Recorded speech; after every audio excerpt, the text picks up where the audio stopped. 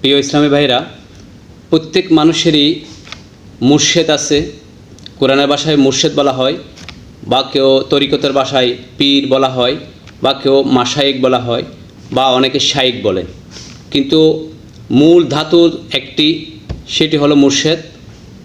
কেউ পীর বললে সেটিও হবে, কেউ শায়েখ বলে, কেউ মাশায়েখ বলে থাকেন। প্রত্যেককে মৃত্যুবরণ করতে হবে। যারা পীর মাশায়েখ রয়েছেন, মুর্শেদ রয়েছেন, তারাও জানে যে পৃথিবী থেকে ওই পীর সাহেবকেও পৃথিবী থেকে চলে যেতে হবে। তাই চলে যাওয়ার সময় প্রত্যেক পীর মুর্শেদ মাশায়েখগণ ভক্ত, অনুরক্ত, অনুসারী মুরিদানদের জন্য কিছু ওসিয়ত করে যান।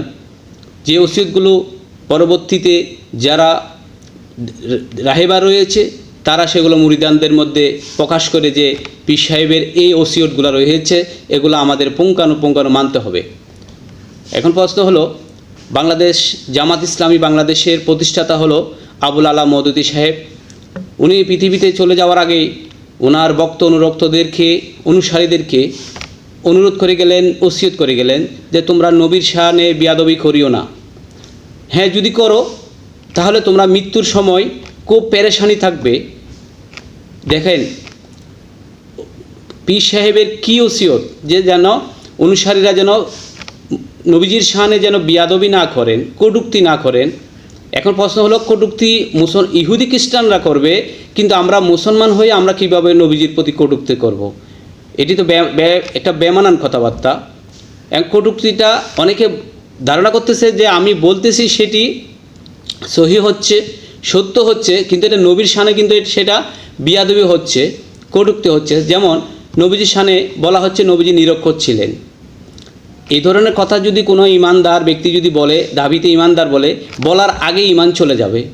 কেননা নবী হলেন আমাদের ইমাম এবং ইমান। পবিত্র কোরআনে বলছে ওয়ামা আরসালনাকা ইল্লা রাহমাতাল লিল আলামিন।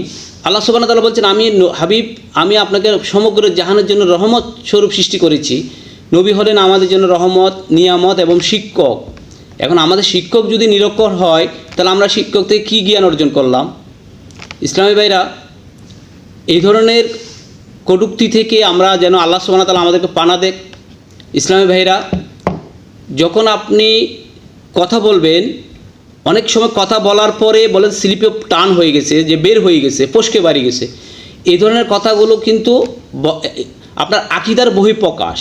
আপনি কি আকীদা পোষণ করতেছেন, নবী সম্পর্কে আপনার ধারণাটা কি? ইসলামী ভাইরা, খুব সাবধানতা অবলম্বন করতে হবে নবীজির ব্যাপারে। আপনার আমল সব নষ্ট হয়ে যাবে, আপনি ঈমান হারা হয়ে যাবেন, তখন আপনি কবরে যাবেন জিরো হয়ে। তাই ইসলামী ভাইরা, নবীজির প্রতি কটূক্তি নয়, ভালোবাসা, প্রেম চাই সুস্থ জ্ঞান। আসুন আমরা নবীজি একটা নিয়ত করি, আমরা কখনো নবীজির শানে নবীজি নিরক্ষর ছিলেন, নবীজি রাখাল ছিলেন, নবীজি লিখতে জানতেন না, বা এই ধরনের কটূক্তিগুলো আমরা করব না, ইনশাআল্লাহ।